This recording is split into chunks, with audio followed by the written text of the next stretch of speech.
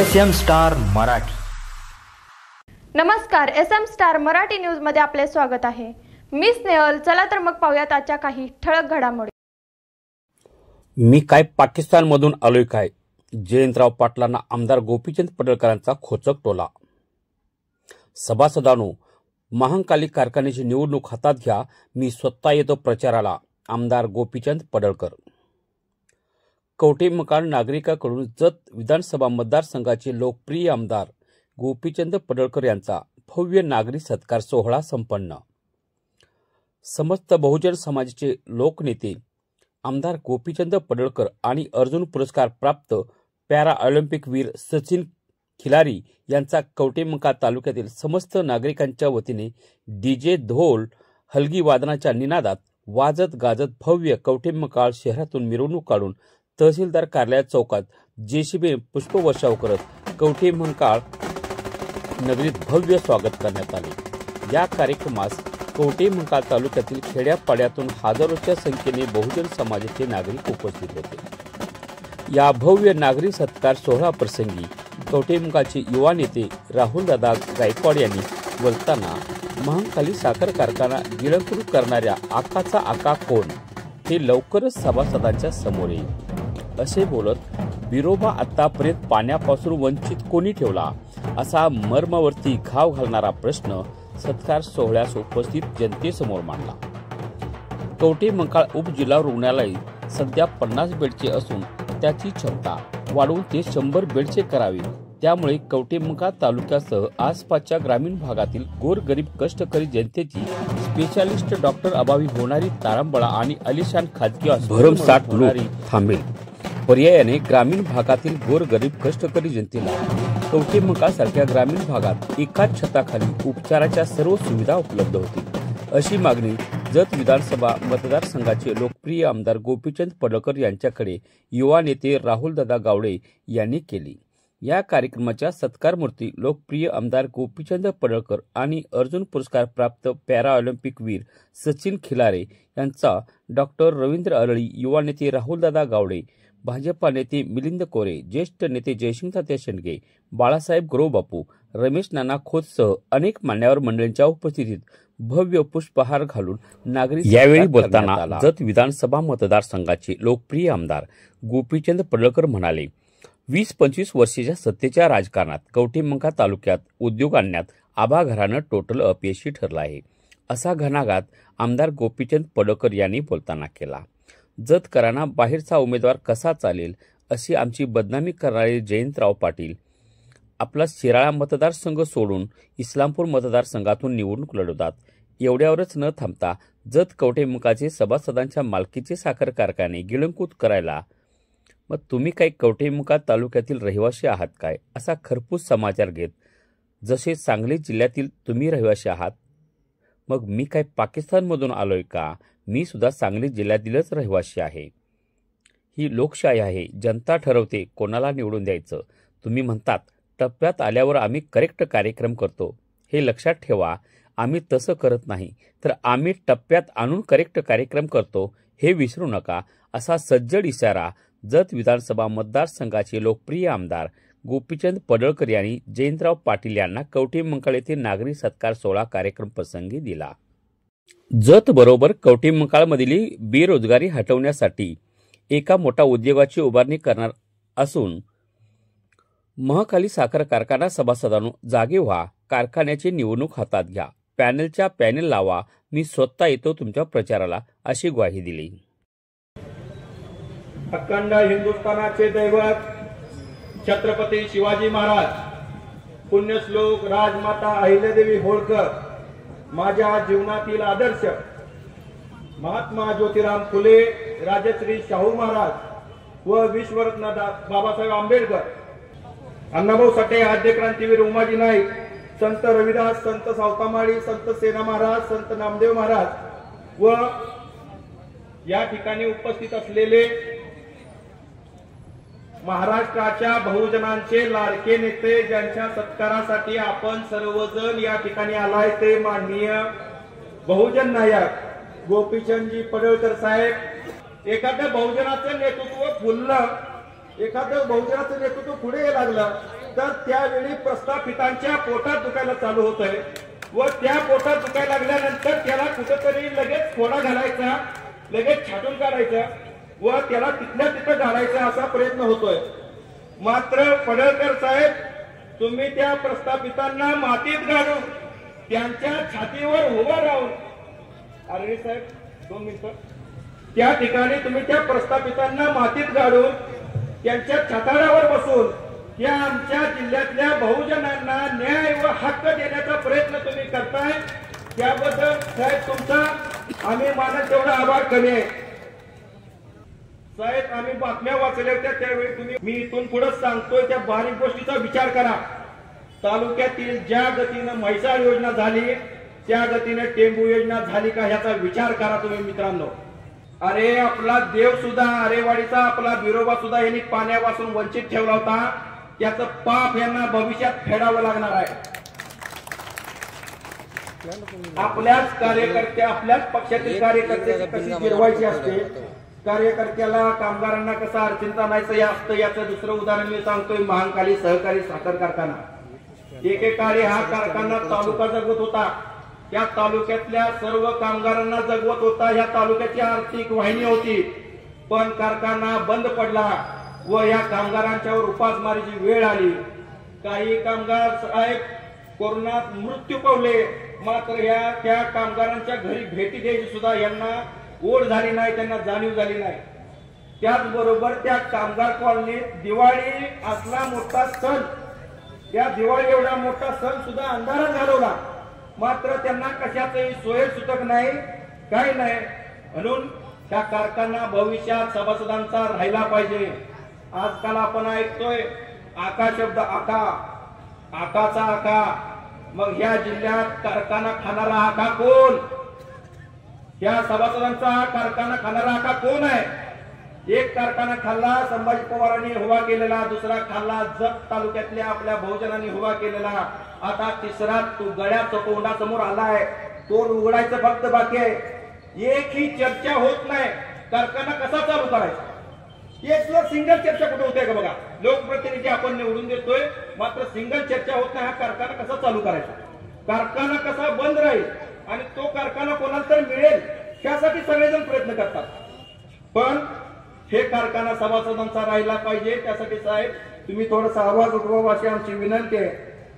आमच्या जिल्ह्यात उपजिल्हा रुग्णालय आहे, त्या उपजिल्हा रुग्णालयात आम्ही गेलो, कोण ऍक्सिडेंट झाला पडलं तर त्याला लगेच बँडेज करते आणि चिठ्ठी देते सांगलीला जावा. कोण पडलं हात मोडला चिठ्ठी देते मिरजला जावा. एखादी गरोदर माता माझी भगिनी जर तिथं असेल तर शिजरसाठी त्याला लगेच म्हणतात मिरजला जावा. अरे चिठ्ठी दवाखाना आहे का हा चिठ्ठीखाना आहे हे समजायला मार्ग नाही. पहिला त्या दवाखान्याची क्षमता 50 बेडची आहे. 100 बेडचा दवाखाना करा म्हणजे त्या ठिकाणी सगळे प्रकारचे डॉक्टर आपल्याला 24 तास उपलब्ध राहतील. त्या ठिकाणी जाणारी माणसं कोण आहेत, त्या दवाखान्याचा लाभ घेणारी माणसं कोण आहेत, तर माझा मदार आहे, गारुडे, डवरे, गोंधळे, लोणारे, धनगर आहे, हातकर आहे, सनगर आहे, तेले, कोष्टी, वडार, रामोशी ही सगळी माझी बहुजनाची माणसं त्या दवाखान्यात जाते. आमची साहेब तुम्हाला विनंती आहे, ते 100 बेडचं तेवढं हॉस्पिटल तुम्ही तुमचं देवाभाऊ कशी वजन आहे आम्हा सगळ्या तालुक्याला काय महाराष्ट्राला माहिती आहे. आमच्यासाठी तेवढं त्या 100 बेडचं तेवढा प्रस्ताव मार्गी लावा. म्हणजे आम्हाला एखादा डायलिसिसचा रुग्ण असेल, सोनोग्राफीचा असेल, ते सगळं आम्हाला इथल्या इथं शासनाच्या माध्यमातून मिळेल. द्राक्ष बागायतदारासाठी सुद्धा एखादा कायदा असा करा. तुम्ही आजकाल डाळिंबासाठी जसं तुम्ही मार्केट यार्डात एकत्र येऊन ती विकण्याचं जसं तुम्ही निर्माण केलंय, तसं तुम्ही इथं कवठेमंकाळमध्ये ह्या द्राक्ष बागायतदारासाठी एकत्र येऊन मार्केट यार्डामध्ये त्याची सोय झाली पाहिजे. त्याला त्याच्या मालाला भाव मिळाला पाहिजे. साहेब आपल्या तालुक्यात एक शेळी मेंढी फार्म आहे, राज्यात 1 नंबरला आहे. सगळ्यात राज्यात 1 नंबरला शेळी मेंढी फार्म आहे. मात्र त्याची अवस्था सगळ्यात वाईट झालेली आहे, कारण तिथं कर्मचारी नाहीत. तिथं मागच्याच महिन्यात कवठेमंकाळ तालुक्यातले 200-300 माणसं बारामतीला कृषी प्रदर्शन बघायला गेली. मात्र आमच्या कवठेमंकाळच्या मातीत काय कमी आहे, फक्त इच्छाशक्ती कमी आहे. त्या शेळी मेंढी फार्म मध्ये असं एखादं मॉडेल तयार करा की आपल्या शेतकऱ्यांना तिथून काहीतरी ज्ञान घेता येईल. या ठिकाणी खरं तर एक चांगला सन्मान सत्कार या ठिकाणी होतो.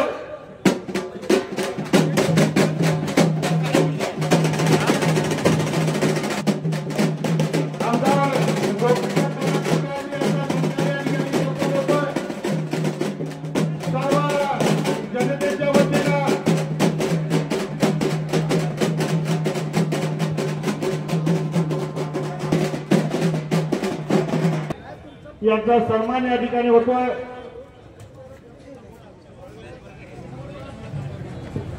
आणि संपूर्ण महाराष्ट्राचा हा नेता आमच्या सगळ्या तालुक्यातल्या लोकांचं भाग्य उजाडलं आणि त्या आमच्या तालुक्यातनं उभे राहिले आणि आमच्या जतची जनता भरभरून त्यांना मतदान केलं।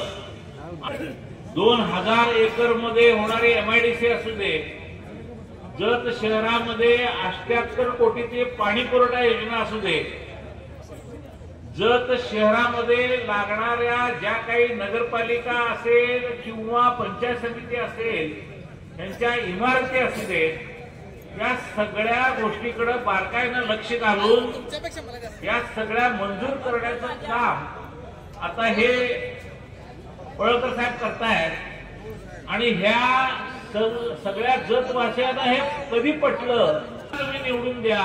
मी जतच्या महाराष्ट्रामध्ये असलेला 288वा मतदारसंघ हा 1 नंबर बनवण्याचं काम माझं आहे, अशा पद्धतीची ग्वाही त्यांनी दिली आणि त्या एका त्यांच्या वचनामुळं ही आमची जनता त्यांना शेठना निवडून दिलेला आहे। त्यामुळं तुम्ही ज्या पद्धतीनं सत्कार केलेला आहे, ज्या पद्धतीनं मिरवणूक काढली, ज्या पद्धतीनं फुलांचा वर्षाव केला, हे सगळं पाहता शेठ हा नुसता तालुक्याचा आमदार नसून संपूर्ण महाराष्ट्राचा आमदार आहे। आज कवठेमहांकाळमध्ये माझा सन्मान होतोय। बऱ्याच जणांच्या नजरा या कार्यक्रमाकडे नक्कीच लागल्या असतील, कारण कसं काय ह्याचा काय मतदारसंघ नाही, हा इथं कसं काय कार्यक्रम पोरं घ्यायला लागलेत, अशा लोकांच्या राजकारण म्हटलं तर त्या सगळ्या बाबी होतात। परंतु सांगली जिल्हा आहे, सांगली जिल्ह्यातला कवठेमहांकाळ एक महत्वाचा तालुका आहे आणि या तालुक्यावरती सातत्यानं अन्याय झालाय। म्हणजे जिल्ह्यातले जे अनेक तालुके आहेत त्यात कवठेमहांकाळ पण आहे। काही वेळ संधी कवठेमहांकाळ तालुक्याला मिळाली होती, पण त्यातून जे परिवर्तन होणं अपेक्षित होतं ते परिवर्तन आपल्याला होताना दिसत नाही, ही आजची परिस्थिती आहे। आपण काय नुसतं टीकात्मक बोलतोय याच्यातला भाग नाही, परंतु कवठेमहांकाळ, जत, खानापूर, आटपाडी हे सांगली जिल्ह्यातले जे 4 तालुके आहेत या तालुक्यांच्या वरती सातत्यानं अन्याय झाला आणि त्यामध्ये काही बदल व्हायचा असेल तर लोकांच्या मधून उठाव होण्याची आवश्यकता आहे आणि तो उठाव तुम्ही आम्ही करण्याची गरज आहे असं मला वाटतंय। आता कवठेमहांकाळमध्ये बरेच विषय आहेत। आता त्यांनी विषय मांडला की बाबांनो जो उपजिल्हा रुग्णालय आहे ते 100 बेडचं झालं पाहिजे आणि खरी गोष्ट आहे की गरीब लोक जास्तीत जास्त हे सरकारी दवाखान्यामध्ये जातात। मी आता सोमवारी जाऊन परत माननीय मुख्यमंत्री महोदयांना भेटतो की कवठेमहांकाळसाठी आमच्या लोकांची मागणी आहे की तो 100 बेडचा दवाखाना झाला पाहिजे आणि त्याला लागणारा सगळा स्टाफ तात्काळ दिला पाहिजे।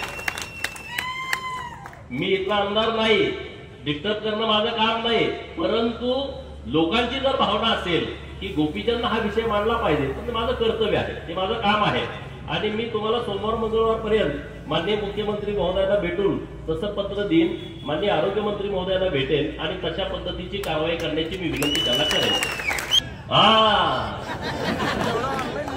तुम्ही आहे म्हणून तर मी आहे, नाहीतर माझं खूप अवघड आहे।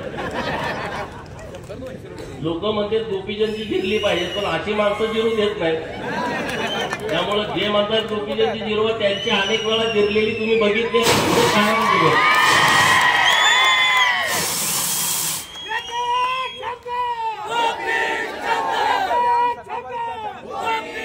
उपजिल्हा रुग्णालय सोडून पुढे गेल्यानंतर रांगणी लागते आणि तिथं पुण्यश्लोक अहिल्यादेवी होळकर शेळी मेंढी फार्म तिथं आहे। इतकी मोठी जमीन आहे पण तिथं काहीच नाही, म्हणजे शेड आहेत आणि ते जनावर सुद्धा वाटपाला ते बाहेर मारतात, व्यापाऱ्याला दिलेलं असते, ते जाऊन खटकाकडनं जनावर घेतो आणि आमच्या लोकांच्या गाड्यात घालतो। मी मंत्री महोदयांना म्हटलं मागच्या हे बंद झालं पाहिजे। जे महामेश यशवंतराव होळकर महामेश योजनेमधून ज्या लोकांना मेंढ्या वाटप केल्या जातात त्याचे पैसे तुम्ही खात्यावरती द्या, हे नुसतं इथं काय नाही आहे। कसं बंद पडलं, का बंद पडलं, ही कुणाला जमीन पाहिजे का? कारण पुण्यातली गोखलेनगर जे पुण्यश्लोक अहिल्यादेवी होळकर शेळी मेंढी महामंडळाचं कार्यालय आहे तिथली जमीन एका मागच्या काँग्रेसच्या मुख्यमंत्र्यानं विकली। लोकांना कवठे मंकाळमधून आश्वस्त करतो की होय, मी तुमची बाजू सरकारकडे लावून धरतोय आणि सरकारच्या माध्यमातून तुमच्यासाठी वेगळं बजेट सरकारनं द्यावं अशी मी मागणी माननीय मुख्यमंत्री देवाभाऊंच्याकडे केलेली आहे. आणि देवाभाऊ मुख्यमंत्री असल्यामुळे हे प्रश्न सुटू शकतात. प्रस्थापित महाराष्ट्रातला पुढारी महाराष्ट्राचा मुख्यमंत्री झाल्याच्या नंतर या महाराष्ट्रातल्या गोरगरिबांचे प्रश्न सुटू शकत नाहीत. कारण तो मुख्यमंत्री झाला असतो पै पावण्याला स्थिर स्थावर करण्यासाठी. कुठल्या पावण्याला कारखाना द्यायचा, कुठला कारखाना बंद पाडायचा, कारण तुम्हाला माहित आहे यांना कुठलं काम जमत नाही. आता समजा उदाहरणार्थ जयंतराव पाटील कुठलं स्वतः काम करू शकतात का? नाही करू शकतात, कारण ते कायम सत्तेमध्ये होतं आणि सत्तेत असल्यानंतर काम करायची गरज राहत नाही. आता दुर्दैवानं त्यांच्या 14 ते 19 देवाभाऊ मुख्यमंत्री होते. मध्ये जरा गद्दारी करून 19 ते 22.5 का कितीपर्यंत होते, 22.5 पर्यंत का 21.5 पर्यंत, ते आकडा मला माहित नाही, 22.5 पर्यंत घुसले 2.5 वर्ष. परत ते आता बेरोजगार झालेले आहेत. जयंतराव सारखे असे महाराष्ट्रात हे जयंतराव एक नाव आहे, अशी अनेक नावं आहेत की ती आता बेरोजगार आहेत. ते लगेच इकडे घुसायला लागले. तो भाग वेगळा, त्यांना ते जुळत नाही बेरोजगार राहणं. आपण राहू शकतो पण त्यांना ते जमत नाही. आता जयंतरावचा उद्योग काय? सहकारी संस्था बंद पाडणे, सहकारी संस्था बंद पाडणे, कारखाने असतील, सूतगिरण्या असतील बंद पाडायच्या आणि नंतर त्या विकत घ्यायच्या, घशात घालून घ्यायच्या. आता जयंतरावचा एक कलमी कार्यक्रम सुरू आहे आणि त्याचाच भाग महाकाली साखर कारखाना आहे. हे एक झालं उदाहरण. त्याचा दुसरा भाग आहे मानगंगा सहकारी साखर कारखाना, सोनार सिद्धनगर आटपाडी. जतचा कारखाना ढापला, ते राजाराम पाटलांचं 3रं का 4थं युनिट आहे. पैलवान संभाजी पवार अप्पा यांचा कारखाना घशात घातला.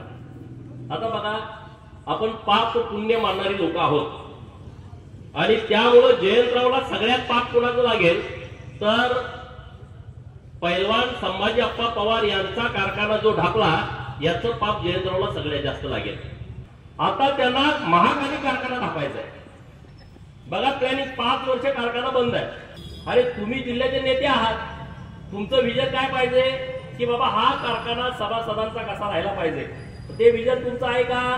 ते विजन तुमचं नाही आहे. तुमचं विजन आहे फक्त सभासदांचे कारखाने ही आपली स्वतःची प्रायव्हेट लिमिटेड कंपनी करणं. आता मला वाटतंय कारखान्याची निवडणूक लागली आहे. मला सगळ्या सभासदांना सांगायचं आहे की तुम्ही सगळे ताकदीनं पॅनेल उभा करा. नेत्याची आवश्यकता नाही तुम्हाला.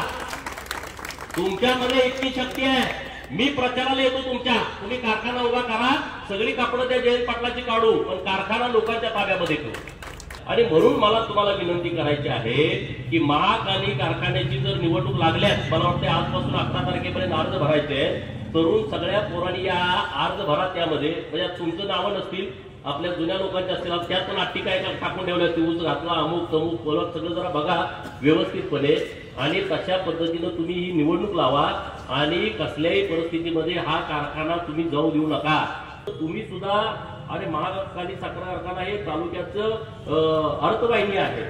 इथल्या सगळ्या लोकांना आता 7,000-10,000 हजार रुपये बाहेरच्या कारखान्यांना ऊस तोडीसाठी स्वतः खर्च करावा लागतोय. तर आता कारखाना पाणी नव्हतं तेव्हा कारखाना सभासदांचा होता. आता पाणी आलं आणि सभासदांचा कारखाना राहताय तो प्रायव्हेट लोकांचा होतोय. जतला पाणी गेलं तिथला कारखाना प्रायव्हेट लोकांचा होतोय. आटपाडीला पाणी आलंय सगळ्या ठिकाणी, तिथला आता कारखाना प्रायव्हेट करायचा. म्हणजे हे कुठलं धोरण आहे? हे कुठलं जयंतरावचं समाजकारण आहे? हे कुठल्या तालुक्याचा आणि जिल्ह्याचा आणि लोकांचं हित हे लोक जोपासतायत? हे सगळं बेगडी आणि नाटकी सगळा विषय होता. यांना बोलणारं कुणी नाही. तुम्ही या विषयावरती बोला. मी काय, माझा काय वैयक्तिक शत्रू नाही जयंत पाटील, माझा त्याचा बांधाला बांध नाही. परंतु तुम्ही जी भूमिका जिल्ह्याच्या बाबतीमध्ये घेताय, का नाही कवठे मंकाळला एखादा मोठा कारखाना आला? का कवठे मंकाळमधल्या तरुणांच्या हाताला काम इथे इथं मिळत नाही? आटपाडीमध्ये का नाही एखादी एमआयडीसी आली? तुम्ही एवढे वर्ष सत्तेमध्ये आहे, एवढे वर्ष तुमच्याकडे मंत्रालयामधलं महत्वाची पद तुमच्याकडे होती, जतला का नाही मिळाला? आता मी आमदार होण्यापूर्वी मी प्रयत्न केला तर 1,500 एकरामध्ये एमआयडीसीला मंजुरी सरकारनं दिलेली आहे. आता मी साधा माणूस आहे, छोटा माणूस आहे. मी काय तेव्हा विधानसभेचा आमदार नव्हतो, मी विधान परिषदेचा आमदार होतो आणि माझा तालुका पण जत नव्हता. मी तिथं उभा राहणार याची शाश्वती पण नव्हती. पण मला तिथल्या लोकांच्यासाठी काहीतरी करावं वाटलं म्हणून एका साध्या आमदारानं विधान परिषदेचा प्रयत्न केला तर 1,500 एकरामध्ये एमआयडीसी येऊ शकते, तर कवठे मंकाळा का नाही हा तुम्ही प्रश्न स्वतःला विचारा. सरकारमध्ये राहिलेली माणसं आहेत 15-15 वर्ष, जिल्ह्यामध्ये मोठं नेतृत्व, ह्यांनी ठरवलं तर काही झालं असतं, पण यांना काही करायचं नाही.